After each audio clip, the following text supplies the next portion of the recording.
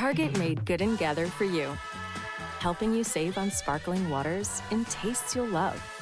Made with natural flavors in fantastic combinations. Delicious salads chopped and ready for quick, easy meals. And tasty berries frozen at peak ripeness, ready whenever you need them. Everyday favorites at unbeatable prices. We made Good and Gather for you. Only at Target.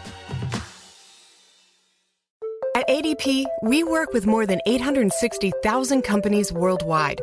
That gives us a pretty good idea of how to help businesses grow stronger. Whether it's through data insights that help you make informed decisions about building a team that works better as a team, or by keeping you ahead of thousands of changing regulations so you can keep ahead of everything else. Like building that better team. Grow stronger with ADP. HR, talent, time, and payroll. The CBS Radio Mystery Theater presents...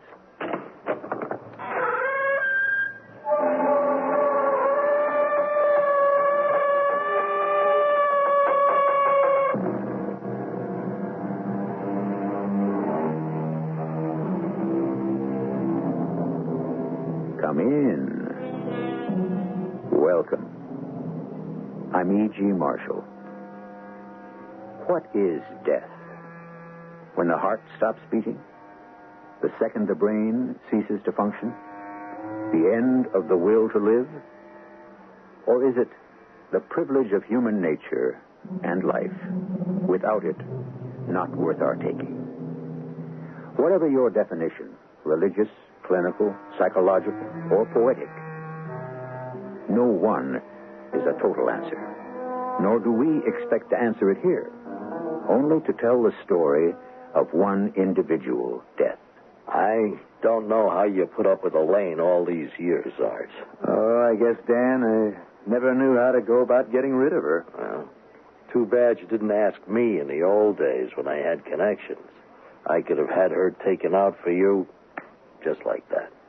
Hey, what are you saying? I didn't mean get rid of her like that. Why not? She's put you through the mill for years. Take. Me? I'd have killed her long ago.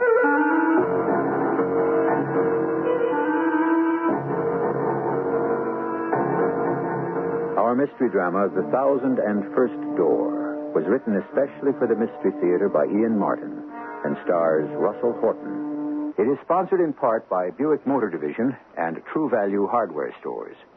I'll be back shortly with Act One.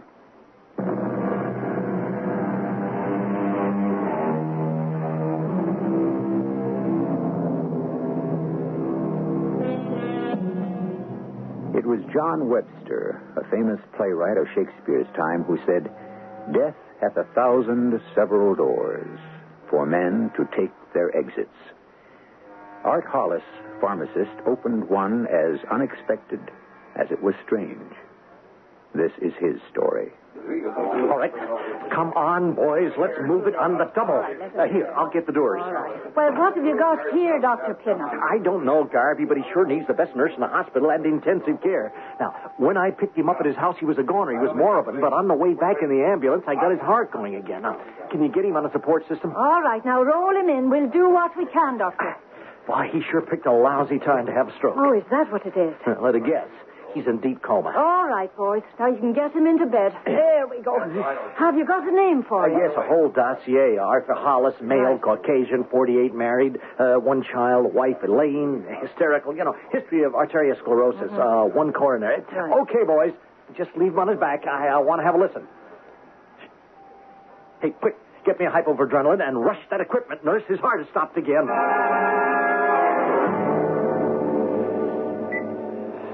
We're going to have to get him to an oxygen tent. Yes, Doctor. Now, you draw some blood so we can get him typed. He may need some whole blood. Can do, Doctor. No, don't move. I'll take it from the other arm. His respiration is shallow as hell. All right, how's his pulse? Rapid, thready, indistinct. I don't like it. Now, as soon as I draw this blood... There we go. I'll rush it to the lab. Mm-hmm. Now, let's keep our fingers crossed he's not a rare type. I bet there must be massive brain damage. Heaven knows how long he was moribund before I arrived. When I walked in, I thought Mr. Art Hollis was a goner. You never saw anyone look deader. Art Hollis. That's me they're talking about. Dead?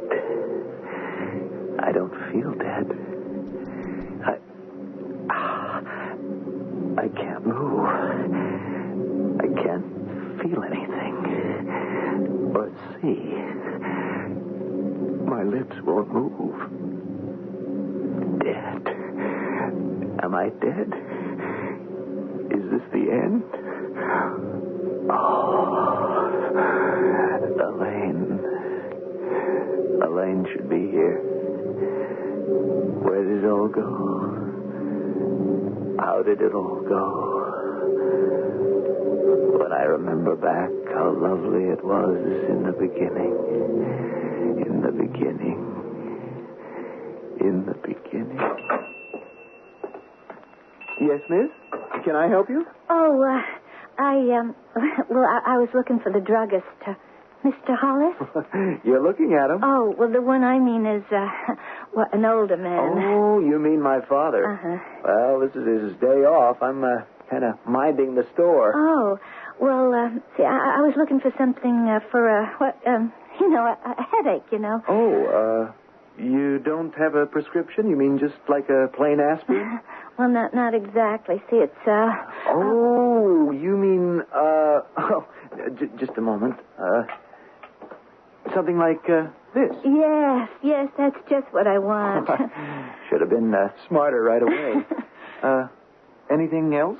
Well, let's see, you don't have much else but medical kind of things, do you? That's my father for you. He's kind of old-fashioned in some ways. He thinks a drugstore should be just that, just for drugs, a real pharmacy. Well, that's pretty old-fashioned. I mean, in 1954. Well, you know how some old folks are. Oh, don't I just? Why, they sure want to run your lives, don't they? They sure do. You live at home? Yeah. Oh, I can't wait till I move out. Oh? You getting married or something? Oh, no, nothing like that.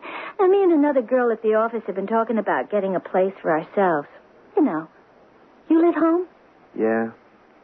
The old man, well, he's not feeling so good these days. I couldn't walk out on him or the store here. I mean, it's just me and him. Oh, your mother died? Yeah, before the war. Well, how about you? Oh, my parents are still alive. Were you in the service? Yep. I had 2 brothers killed. What outfit were you with? Oh, medics. See, I was going into pre-med when Korea started up. Kind of blew a crimp in my plans. I was going to be a doctor. But didn't you still want to be after you got out? More than anything in my life. Well, then why didn't you? Well, Pop was sick, and there was the place here, so I settled for being a pharmacist. Well, that's still kind of a doctor. Oh, sure. Say, Yeah? Well, you know my name. I was wondering if... Oh, well, mine's Elaine. Elaine Stack. I live right in the neighborhood. So do I. In back of the store. Well, no, over it, actually. Hey, listen. Yes? Being we're so close and all, how about... Oh, darn. I was going to say, maybe we could date sometime. Oh, super. I don't have your address. Oh, will you take care of your customer? I'll just write it down. Oh, sure. Use one of my prescription pads.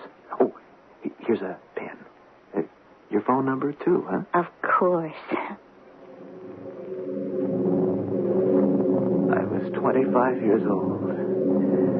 But from the moment I saw her, I could feel my heart beating right in my throat. She was the prettiest girl I'd ever seen. And the nicest. You know, shy, but not too shy. And she looked you right in the eye. And most of all, did she like to have fun? We sure enjoyed a good time. See you later, Riley. Hey, you're the most. So are you, Elaine. Well, you sure lay out the leather. Oh, just love to break it up, party boy. Whee! Swing it, cat. Swing! Can't you see?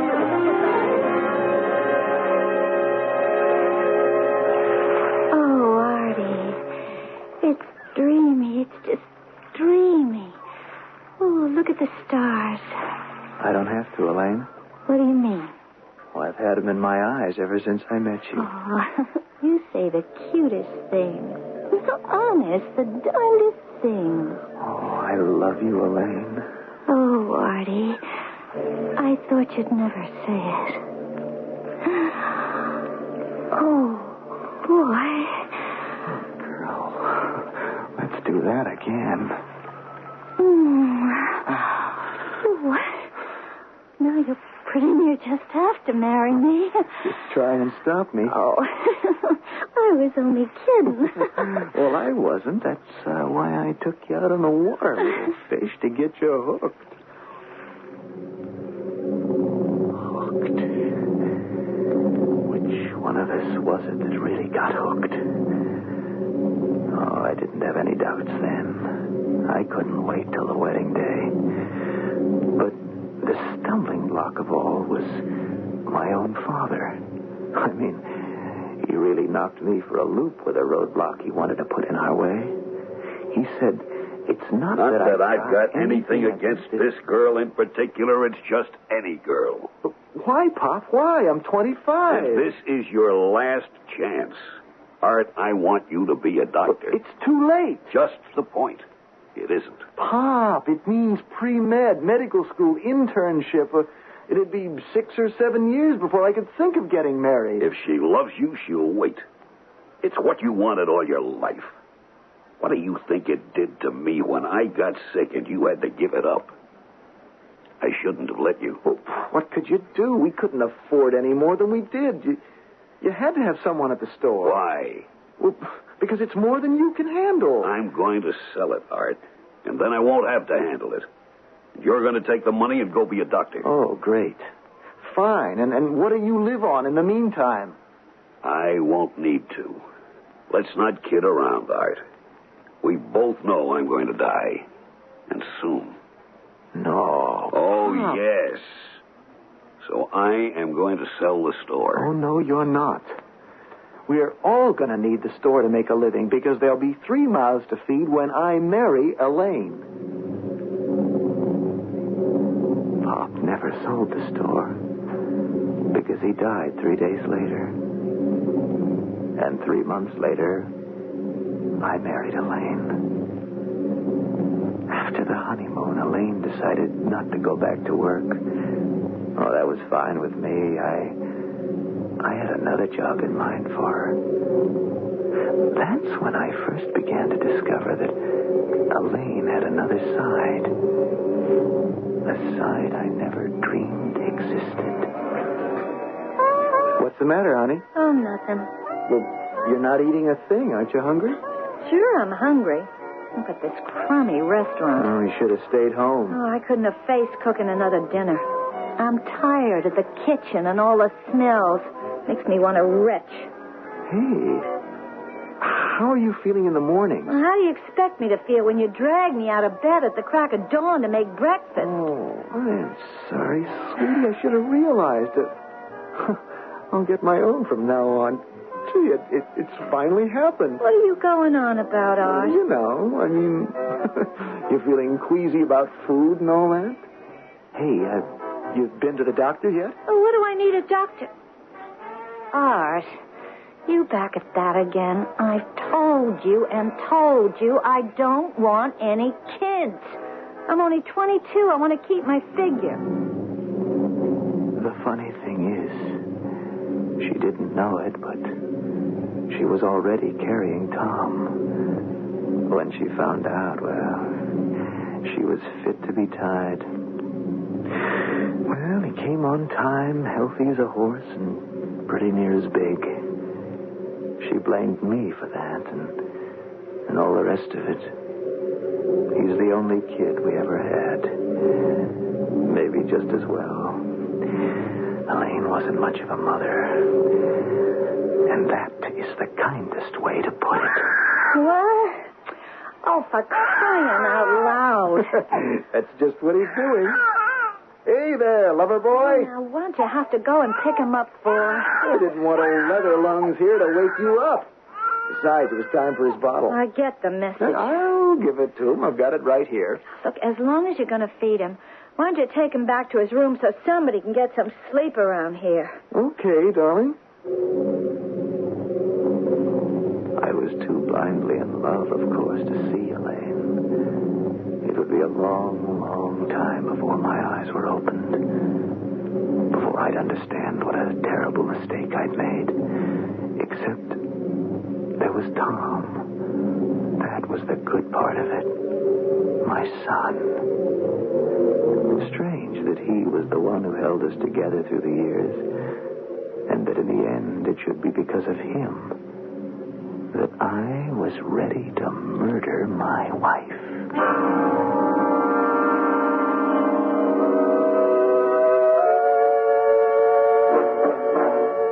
The systems which science has developed today to support life are myriad and marvelous. Any organ, even a brain, might be kept alive and functioning by artificial means. But the mystery of death is still elusive. Who is to say that after the brain scan has pronounced that gray mass no longer alive, that some portion of the memory may still not function? Bringing us the rest of its story when I return shortly with Act Two.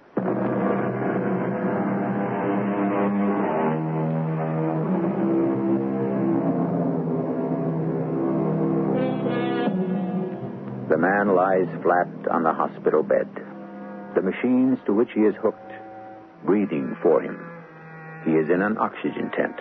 He is being fed intravenously by the slow drip of glucose in one arm, his blood nourished by plasma in the other. There are other tubes, too. Too various to mention. And most important, the insulated wire that leads from him to the plug in the wall. That is his lifeline. If life can be said to exist. I can feel nothing, hear nothing, see nothing. Yet I can remember who I am. That my name is Art Hollis. And I remember how I came to be here. Elaine. Oh, Elaine, whatever became of the girl I loved, fresh, young, slim, and shy. How can I recognize her after 6 years of marriage? I come home for lunch and the breakfast dishes are still dirty in the sink. She sits reading a fan magazine. Is lunch ready? Oh, is it that late? Oh, honey, I forgot. I get to reading and time slips away. Fix yourself a sandwich, huh? Well, what have you been doing all morning? You're not dressed? You haven't washed the dishes? Elaine, where's Tom? Well, didn't you fetch him from school? Oh, take it easy. I didn't have to. Well, you're not letting a first grader walk home alone. No, he's with Jose over at the Ramirez's for lunch. Well, that's the third time this week. Oh, well, Dolores has so many kids she doesn't even notice another one. I asked you not to let him go over there anymore. What's the matter, Art? They're not good enough for you? No, it's nothing to do with that, and you know it. He and Jose are amigos. So fine. Let Jose come over here and have lunch. The Ramirez's are on welfare, Elaine. They can't afford extra mouths to feed. Just because you're too lazy to... I'm sorry. You better be. You want to know the truth? I wasn't feeling so hot this morning. Well, if you'd stop loading yourself up on chocolates and cake and sweets and all the junk you eat, you'd feel better. You know, you're starting to put on weight, Elaine. So what? A woman looks better for a few curves. Anyway, it's mostly because I never get out. You never take me anywheres anymore. Well, Dad's gone. There's only me and Dan, the part-time help to run the store. And I have to be there to handle prescriptions. Well, hire another pharmacist. Well, the way business is, I can't afford it. Oh, come on. Don't give me that. You got a savings account. I saw the book. That money can't be touched. Why not? You can't take it with you. I am saving that money for Tom's college and his med school. Aren't you a little, previous? The kid is only 6 years old. No. 2 generations of Hollises blew it, but not the third. By the time Tom is ready, the money's got to be there. Oh, boy. I'm going crazy locked up in this apartment. Elaine, look, maybe if you wanted to go back to work again... I don't expect to work anymore. I'm a married woman. Well, if you help out in the store and I could save on the part-time... What for? Blow it all on babysitters? Where are you going? Down to the store. What about your lunch? I'll pick up a coffee Ann at the Kaliza's Diner. Give my regards to Dan. And ask him why he never stops by anymore.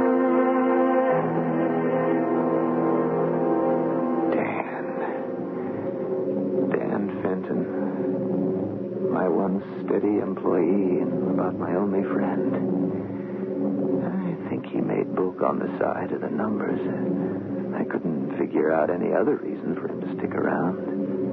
Couldn't pay that much. When Tom was about 8, he came into the store one evening dressed to kill. And... Hey, Art. How's it moving? Slow, Dan, slow. I thought you might have closed up. About 3/4 of an hour still to go. Brought you some Java. Oh, hey, thanks. Look, Art, I'm blowing town for a while. Oh, yeah? Trouble? Yeah, no other way. I'm getting my own territory. Now, I do a good job. I keep my nose clean. I'll be back here in the big time and really in the chips. Look, Dan, I like you. I consider myself a friend. Maybe I kind of blinked at what you were up to, but, hey, don't get mixed up with the hard guys any deeper, huh? Art, you let me fly my kite, huh? Now, look, you'll need a new boy. I could send you a good guy. No, I don't want any more of that in my store. I'll find my own man. Oh, Art, wake up. Now, either who you get runs it, or they cross the street and give Jackman a business. Now, he'd jump at it. Well, let him. I don't go for that kind of stuff. I never should have let you get away with it, but we were... buddies, right? Yeah, right. Well, I'll miss you. Me too. Hey, you got time to drop up and say so long to Elaine? She talks about you all the time. Yeah. All right, I want to say something. Well, go ahead, anything. Do yourself a favor. Get rid of her. She's an anchor around your neck. She's going to end up destroying you. I'm sorry you said that, Dan. Let's drop it right there, okay? Because that's my wife you're talking about. My wife. I stick with her because she was the boy's mother. People grow used to one another anyway, so all those years went rolling by. And Dan was right. The book and the numbers moved across the street, and Jackman's flourished, and only the prescription business kept me alive. Then Elaine got hypertension. She was in and out of the hospital, and the bills ate into the nest egg. Till finally, Tom was getting to the last year of college, and there was no money for medical school. And everything blew up when I had the heart attack. Hi, Dad. Huh? Oh, hello, Tom. Did I wake you?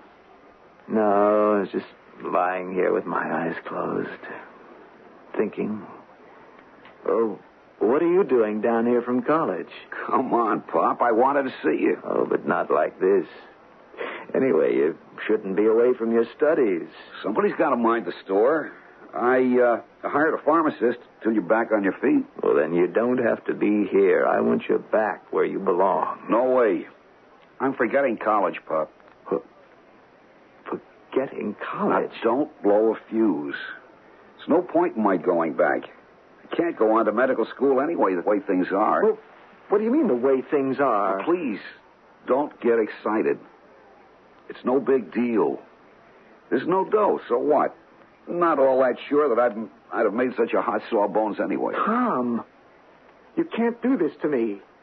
You can't do this to yourself. Pop, I'm only doing what has to be done. It'll work out. No, Tom. Look, all my life I dreamed this for you. Dr. Thomas Hollis. I know, Pop, I know. We'll work it out. I'll borrow money somewhere. Where? Mother told me you're in hock up to your neck already. I'll sell the store. Like your father wanted to do for you. You know that makes no sense. I've been lying here thinking. I could go to Luther's shack and... My grandfather? Mother's father? Over my dead body. That old fat fraud and his frumpy wife have had the nerve to look down on you ever since my mother married beneath her. The way they see it, I wouldn't touch a penny of it. He wouldn't lend it to you anyway. He wouldn't even give you the time of day. He gave us something better. 1 month later, he gave his life, along with his wife, in a plane crash. He was insured to the hilt, and Elaine was his sole heir. By that time, I'd gotten out of the hospital and was starting back to work. I'd persuaded Tom to go back to college to finish the term. Elaine had hysterics.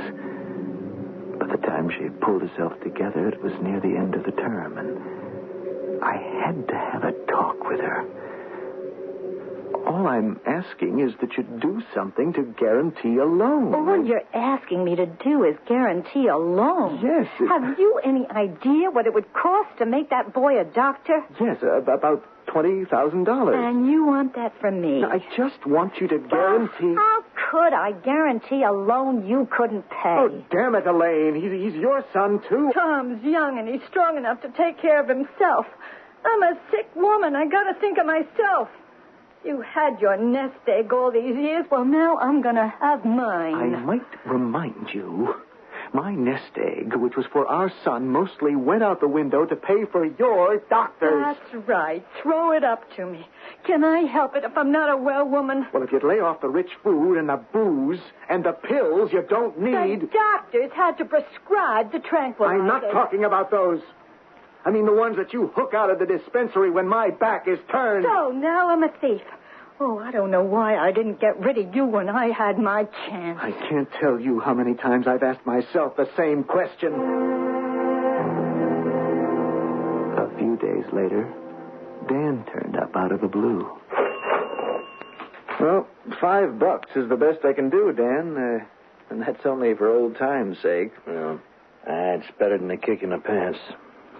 Thanks, Art. You're, not on the lam. No. I just blew it. And other things along the line. Say, look, my helper's leaving. You want to come back here? Can't pay much, but... Art, old buddy, pay something, and it looks like a mint the way things have been for me. I'll tell you what. At least till you get set and Tom's still up at college, you could have his room. Yeah? I'm going to take you up on that, Art. You better be sure. Sure. Hey, listen, just having a friend around again is going to save my life. Dan moved in, and it was something to have a friend around again. I guess it got to me, and one night when Elaine was out to the flicks with some girlfriend, over a glass of beer, all the pressure suddenly blew out. And I guess I kind of cried on Dan's shoulder. I've seen it for myself, Art. I don't know how you put up with her all these years. I guess I just never knew how to go about getting rid of her. Well, too bad you didn't ask me in the old days when I had the connections. I could have had her taken out for you. Easy as that. Hey, what are you saying? No, nothing, pal, nothing. Just what you ought to be thinking. She's put you through the mill for years. Take. Oh, I'd have had her killed a long time ago. Don't think it hasn't crossed my mind at times. And why didn't you do it? What? You must be kidding. No, I'm not. You got every drug you need to do it and to know how to use them. With her gone, you get the money and everything. It's great. Now, if it was me, I wouldn't hold back for 1 minute.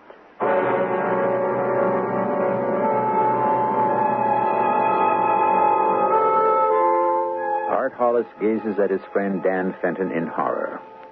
A man talking as casually of murder as if it were an ordinary business deal. In Dan's world, maybe. But that isn't why Art is so horrified. What has shaken him is to realize that he is actually considering the proposal and wondering if he could get away with it. I shall return shortly with Act 3.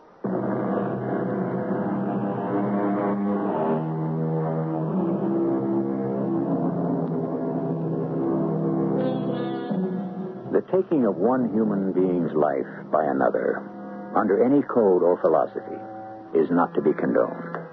But are there extenuating circumstances, as in war, for example, or in self-defense, or in the heat of passion? Perhaps. Each individual must judge for himself, but cold-bloodedly, with premeditation, the method of the poisoner. Surely, there's no excuse for that. I don't pretend to take any side. You've heard Art Hollis's story up to now. Are there any extenuating circumstances as he plans to murder his wife, Elaine? Stop putting me on, will you, Dan? I am not putting you on. Now, I'd knock her off for you if I knew how to get away with it. Oh, thanks a lot, pal, but drop it. Fat, lazy, penny-pinching dame. I know what she's put you through all these years. Selling out her own son. I mean, when she's rolling us. What'd you say that insurance was written for? Top figure.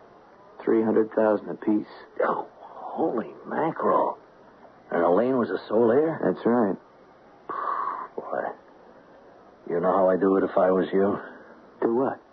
Get rid of her. Look, she's got these big black and brown capsules. What do you call them? Oh, they're tranquilizers. Right. And she swallows one or two of them every night before going to bed, huh? Yeah. And she also told me she takes a sleeping pill. It's another big gelatin capsule, right? That's right. Yeah, well, I take a bunch of capsules just like them, and I load them with whatever would do the job. Eh? Then I put the same amount of each of them in 2 bottles just like she has, and switch them one night before bedtime. Now, after she swallowed the pills you fixed, and they knocked her out, then I'd switch back to the original bottles, flush the rest of the poison pills down, and put the bottles back in the dispensary. I'd go out for the evening with a pal, like me. We'd tie one on, and late that night, after we were sure it was all over, we'd come back and we'd find her. Together. Kaput. Too bad. Uh-huh. And what would you put in these capsules? That's what you figure out, old buddy. Plus the fact you got access to the drugs. Could you get away with it? I mean, what about the autopsy? If you waited long enough, it'd be pretty well dispersed through the tissues. With a history of hypertension like hers, or, say, coronary disease like me, death wouldn't be too surprising. Like you say, Art, in your case, it might look suspicious because you don't pop pills. But in her case, it's par for the course. Now, in my case, with my hardening of the arteries, most any doc would write me off as a stroke or maybe congestive heart failure. Of course, there wouldn't be any motive for killing you. I mean, what would anyone have to gain? Yeah, that's the truth. But the way you laid it out, I don't see much risk for me killing her. You know what? I bet you could get away with it. It's one thing to talk about a thing like that.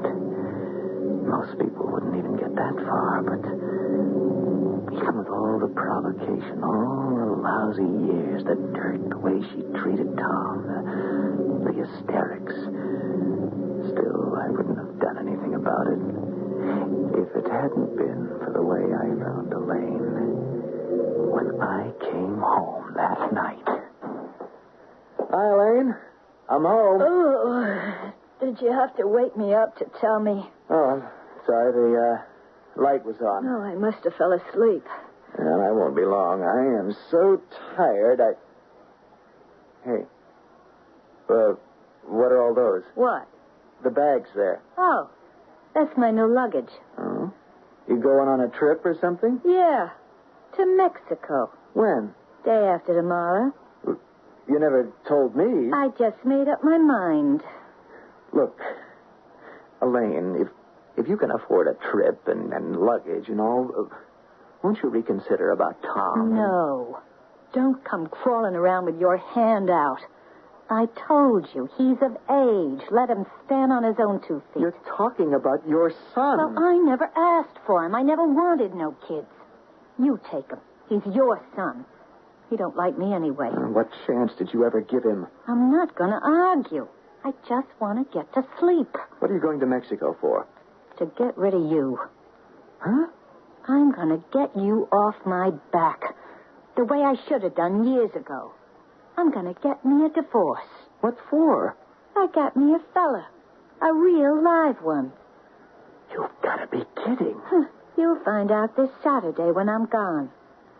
Now, you go to sleep on the couch till I get out of your life for good. Something snapped in me right then. And I thought, all right, if that's how you want it, only you won't have to wait till Saturday. I'll arrange it for you before that. The following night, I had my chance. Elaine went off late in the afternoon for a permanent, a Wednesday. All the shops in our neighborhood took the afternoon off on Wednesday. I closed early, too, about 5 o'clock. And Dan and me went up to get things ready. Oh, just the way we planned it. Only, what happened? What went wrong? I remember I was with Dan in the apartment, and we were having a drink. You switch bottles okay? Yes. Got the others? In my pocket. So, here. Now drink up. Oh, what is it? It's ouzo. It's Greek. Strong. Just what you need. Go on, drink it up. Oh, ooh. That is strong. Funny taste. Well, I get the rest of it down. You get used to it. Here. I'll drink with you. Over the river. Ooh, wow. That makes me a little woozy. Look, I'll take care of you. Now, we're supposed to be out on the town for the night anyway, so sit down and I'll take care of you. Dan, Hey. Don't back out now. Oh, yeah, that stuff's pretty good. It calms me down. Yeah, sure. Hey, wait a minute. I'll pour some more from the bottle. Dan. Yeah? I don't think I can go through with it. Oh, sure you can, all right? Now, sure you got it. What you think of Tom, huh? Anyway, it's as good as done now. Here, drink. You know, just knowing that Tom is going to make it, that we're finally going to have a doctor in the family, makes it all worthwhile. I wouldn't mind dying this moment. The last thing I remember is sitting in that chair and feeling sleepy. So sleepy. And now where am I? I can't move, but somewhere I thought I heard people saying, he's dead. Dead. How could I be dead? It isn't supposed to be me. It's supposed to be Elaine. I won't die. I won't die until I... Wait. I hear voices. Voices. Listen. Try to listen. I'm afraid you won't get any reaction from your father, Mr. Hollis. I'm prepared. Could we, be alone together?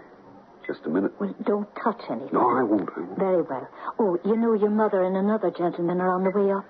I'll let them in when I leave. I'd like a moment alone. I understand. I'll leave you now. I don't know what happened, Pop. I hope nothing I said upset you. I mean, I'm going to come back to you to tell you that I got a government loan, and come hell or high water, I'm going through med school, and I'll come out a doctor. And I'll be a good one. For you and for Grandpop. I just wish I'd said all this in time. I talked to the doctors. I know there's too much brain damage, but I wish I had the guts to pull out the plug so you could die right. But that'd be no way for a guy who planned to be a doctor to start out. I love you, Pop. Goodbye. If you want to go in, Mother, there's no way you can hurt him now. Tom, I'm sorry, Mr. Fenton. I don't feel like talking. What we have to come in here for, Dan? It gives me the creeps. Well, we have got to keep up appearances, Elaine. Yeah, I guess. He looks dead enough, don't he? Only he isn't. Until he's legally dead, you're still married to him. And that means that you and I can't get married. Well, what's your hurry? Well, that's what you wanted, isn't it? I don't know. I'm a big girl now. Maybe I don't have to get married. Hey, you want me to walk out on you? That's all you want, isn't it? That's all you ever wanted. The money. It wasn't me, like you said. Keep your voice down. Dan, you're hurting me. I don't like to hurt someone stuck in a legal bind like this. I don't understand what happened. I thought he told you the stuff couldn't fail. Sure he did. He swore half the dose he made for you would kill him, and I gave him twice as much. I switched 4 of your pills for ones that he made up. I even gave him a Mickey and the Uzu to make sure. How long is it going to take for him to die? Oh, he could be dead in a minute just by yanking that plug out. Go ahead. Well, you go ahead. We don't dare risk it. The cops have an eye on you already. On me? I got a big fat notion old Art is lying there laughing his head off at us. That he knows he's got us stuck. But good. It's going to be a long wait for the both of us. I should have known. Elaine always went for Dan, and Dan, he'd do anything for money. Real cute guy, conning me into mixing my own murder potion. Only for some reason, it didn't work. It's warm here, and peaceful, and I can rest a long, long rest to make up for 20 bad years, while Elaine and Dan claw themselves to pieces longing for what they each want so bad and can't have. Yes, sir.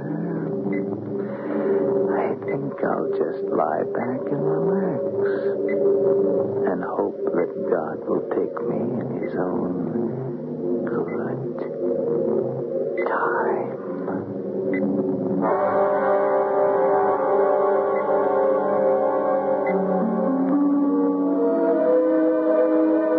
Another doorway to death.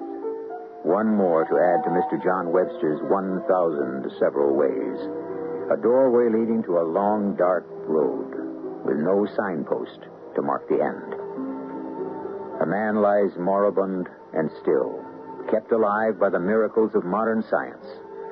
Not ready yet for the final embrace of death as God moves in mysterious ways his wonders to perform.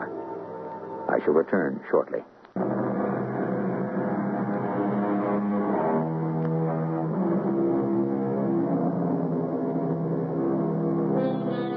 You may remember the case. It was featured in many newspapers because it was over 2 years before Art Hollis's heart stumbled and at last failed.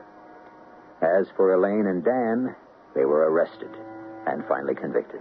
Our cast included Russell Horton, Carol Teitel, Earl Hammond, and Jackson Beck.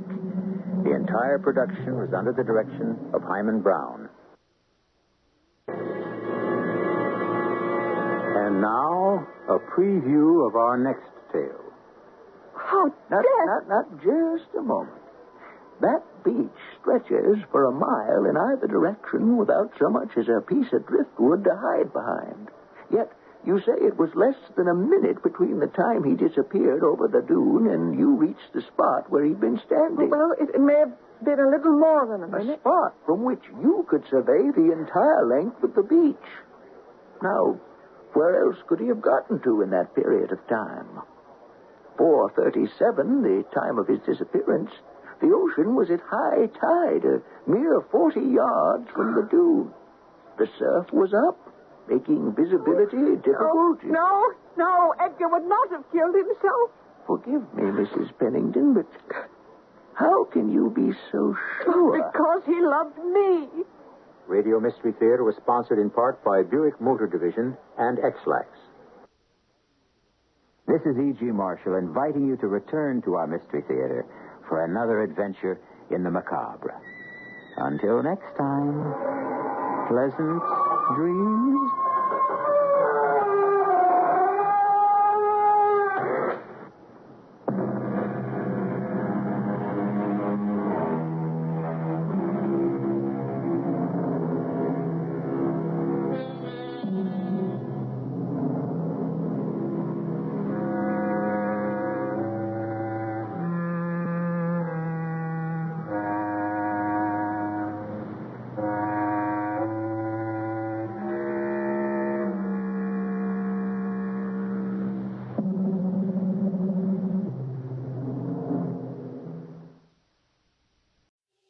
You never know where your next unforgettable experience will pop up. That's why bringing along an American Express card opens the door to rewards wherever you go. Morning coffee run with an old friend? Earn cash back. Weekend getaway? Earn miles. Dinner at the hottest restaurant in town? You get the idea. No matter the place or the plan, Amex rewards your inner explorer. Learn about card options at americanexpress.com. Terms apply.